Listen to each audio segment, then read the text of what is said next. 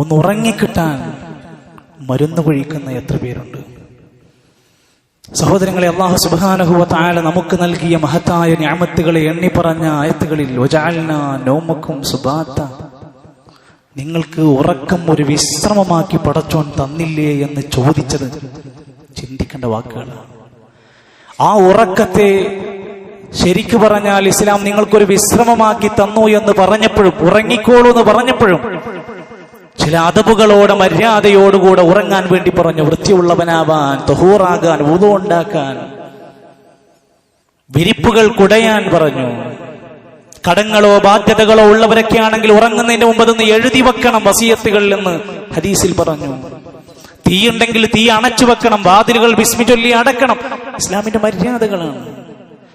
അങ്ങനെ ചില ആയത്തുകൾ ഓതാൻ, സൂറത്ത് അവസാനത്തെ 3 സൂറത്തുകൾ ഓതാൻ, ശരീരത്തിലൂടെ അതെടുത്ത് തലോടാൻ, ഓതിയിട്ട് കൈകൾ കൊണ്ട് തലോടാൻ വേണ്ടി പറഞ്ഞു. ആമന റസൂൽ ഓതാൻ പറഞ്ഞു. ആമന റസൂൽ ഒരു രാത്രി കടക്കുമ്പോൾ ഓതിയാൽ അവൻ അത് മതി, അവന് സംരക്ഷണം നൽകാൻ മാത്രമുള്ള കരുത്ത് അതിനുണ്ട്. ഖുൽ യാ അയ്യുഹൽ കാഫിറൂൻ ഓതാൻ പറഞ്ഞു. ഫഇന്നഹാ ബറാഅത്തും മിനശ്ശിർക്ക്, അത് നിനക്ക് ശിർക്കിൽ നിന്ന്, മഹാതിന്മയിൽ നിന്ന് സുരക്ഷ നൽകുന്ന അധ്യായമാണ്. സൂറത്തുൽ മുൽക്ക് ഓതാൻ പറഞ്ഞു. സൂറത്തുൽ മുൽക്ക് മാനിഉം മിൻ അദാബിൽ ഖബർ, ഖബറിന്റെ ശിക്ഷയിൽ നിന്ന് രക്ഷ ലഭിക്കുന്ന അധ്യായമാണെന്ന് പഠിപ്പിച്ചു. ഇങ്ങനെ ആയത്തുകളും സൂറത്തുകളും ഒക്കെ പഠിപ്പിച്ച റസൂലുള്ളാഹി സ്വല്ലല്ലാഹു അലൈഹി വസല്ലം ഒരു പ്രാർത്ഥന ചേർത്ത് പഠിപ്പിച്ച രംഗമതാ ഉമ്മുൽ മുഅ്മിനീൻ ഹഫ്സ റളിയല്ലാഹു അൻഹ പറയുകയാണ്, നബി തന്റെ വിരിപ്പിലേക്ക് അങ്ങ് കിടക്കാൻ പോയി കഴിഞ്ഞാൽ തന്റെ കവിളതാ വലത് കൈയിലേക്ക് ചേർത്ത് വെച്ചിട്ട് നബി ഇങ്ങനെ 3 പ്രാവശ്യം പ്രാർത്ഥിക്കുമത്രേ.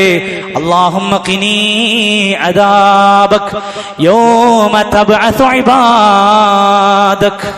സുഹൃത്തുക്കളെ, നമ്മുടെ നിത്യജീവിതത്തിൽ വരേണ്ട പ്രാർത്ഥനകളെ ഇന്ന് മറന്നു പോകരുത്, വിസ്മരിക്കരുത്. അല്ലാഹുമ്മ ഖിനീ അദാബക്, അല്ലാഹ് നിന്റെ ശിക്ഷയിൽ നിന്ന് ഞങ്ങളെ രക്ഷപ്പെടുത്തണം, എന്നെ രക്ഷപ്പെടുത്തണം എന്ന്. യൗമ തബ്അസു ഇബാദക, നിന്റെ അടിമകളെ ഉയർത്തെഴുന്നേൽക്കുന്ന നാളിൽ. ഹദീസിൽ കാണാം, സലാസ മറാത്തിൻ, 3 തവണ അത് ആവർത്തിച്ചു പറയും. വിശദീകരിച്ച പണ്ഡിതന്മാര് പറയാ, ഒരു പ്രാർത്ഥന സ്വീകരിക്കാനുള്ള ഒരു കാര്യമാണ് അത് 3 തവണ ആവർത്തിച്ചു പറയൽ. ഒരു പ്രധാനപ്പെട്ട ഒരു പ്രാർത്ഥനയാണ്. നമുക്ക് ഇജാബത്ത് വളരെ അത്യാവശ്യമായി വന്നൊരു പ്രാർത്ഥനയാണ്. അത് 3 തവണയായി ആവർത്തിച്ചു പറയൽ ഒരു ഉത്തരം കിട്ടാനുള്ള മാർഗമാണ്. ഇജാബത്തു ദുആഇ വതൗകീദിന് അതൊരു ശക്തിപ്പെടുത്തൽ കൂടെയാണ്.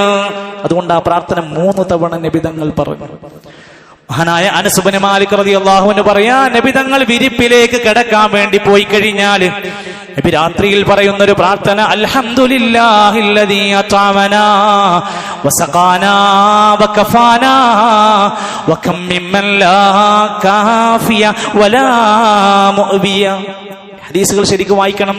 അൽഹംദുലില്ലാഹില്ലദീ അത്അമനാ, അല്ലാഹുവേ ഞങ്ങൾക്ക് ഭക്ഷണം നൽകിയ പടച്ചോനെ സർവസ്തുതി. വസഖാനാ, ഞങ്ങളെ കുടിപ്പിച്ചവനെ നിനക്ക് സ്തുതി. വകഫാനാ, ഞങ്ങൾക്ക് മതിയായതൊക്കെ തന്നവനെ. വആവാനാ, ഞങ്ങൾക്ക് അഭയം നൽകിയ പടച്ചോനെ.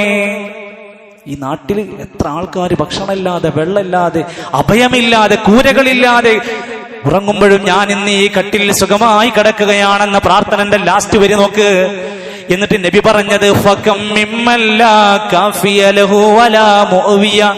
അല്ലാഹ് എത്ര പേരുണ്ട് മതിയായ ജീവിത സാഹചര്യമില്ലാത്തവരും അഭയസ്ഥാനമില്ലാത്തവരും എത്ര പേരുണ്ടല്ലാ, അതിൽ നിന്നൊക്കെ മാറി എന്നെ നീ രക്ഷപ്പെടുത്തിയല്ലോ. ചിന്തിക്കണം.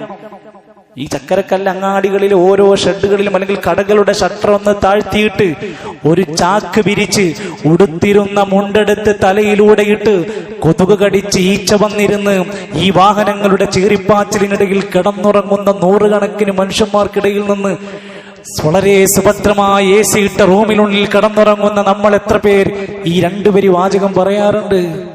അൽഹംദുലില്ലാഹില്ലദീ അത്അമനാ വസഖാനാ വകഫാനാ വആവാനാ ഫകം മിമ്മൻ ലാ കാഫിയ ലഹു വലാ മുഅ്വിയ.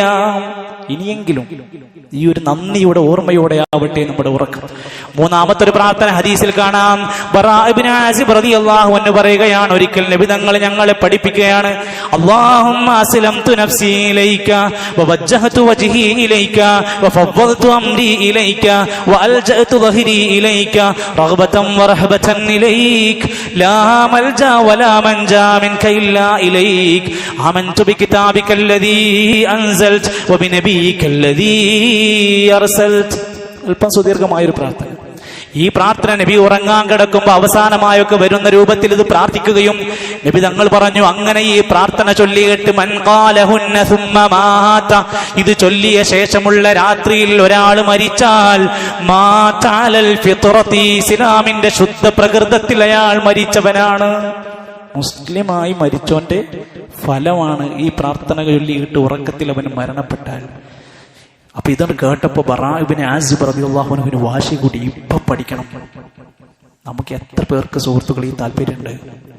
ഒരു പ്രാർത്ഥന കേട്ടാൽ, ഒരു ആയത്ത് കേട്ടാൽ, ഒരു ഖുത്ബ കേട്ടാൽ ഈ വിഷയം ഒന്ന് പഠിക്കണല്ലോ, ഈ പ്രാർത്ഥന ഒന്ന് പഠിക്കണല്ലോ, ആ ഹദീസ് ഒന്ന് വായിക്കണല്ലോ എന്ന് നമുക്ക് എത്ര പേർക്ക് തോന്നാറുണ്ട്? ബറാ ഇബ്നു ആസിബ് റളിയല്ലാഹു അൻഹു ആ പറഞ്ഞു കൊടുത്ത അതേ സെക്കൻഡിൽ പറഞ്ഞു, നബി ഞാനിതിപ്പോ പഠിച്ചു, ഞാൻ നിങ്ങൾക്ക് ചൊല്ലിത്തരാം. തിരിച്ചു ചൊല്ലിക്കൊടുത്തു. തിരിച്ചങ്ങ് ചൊല്ലിക്കൊടുത്തപ്പോ ഒരു ചെറിയ തെറ്റുപറ്റി. ഏതാ തെറ്റ്? വബിനബിയികല്ലദീ അർസൽത എന്ന വാക്ക് പറയുന്നതിന് പകരം വബിറസൂലികല്ലദീ അർസൽത. എന്താ ഇപ്പൊ വ്യത്യാസം? നബിയിക റസൂലിക വ്യത്യാസമുണ്ടോ? ഉണ്ട്, ചെറിയ പദവ്യത്യാസമുണ്ട്. ഒന്നുകൂടി സ്ഥാനം കൂടിയ വാക്കുകൂടി റസൂലിക്കാന്ന് കൂടിയാണ്. എന്നിട്ട് നബി പറയാണ്, ബറായെ അത് പറ്റൂല, ഞാൻ വബി നബിയിക്കാന്നല്ലേ പറഞ്ഞു തന്നത്, എങ്കിൽ അത് തന്നെയാണ് പറയേണ്ടത്.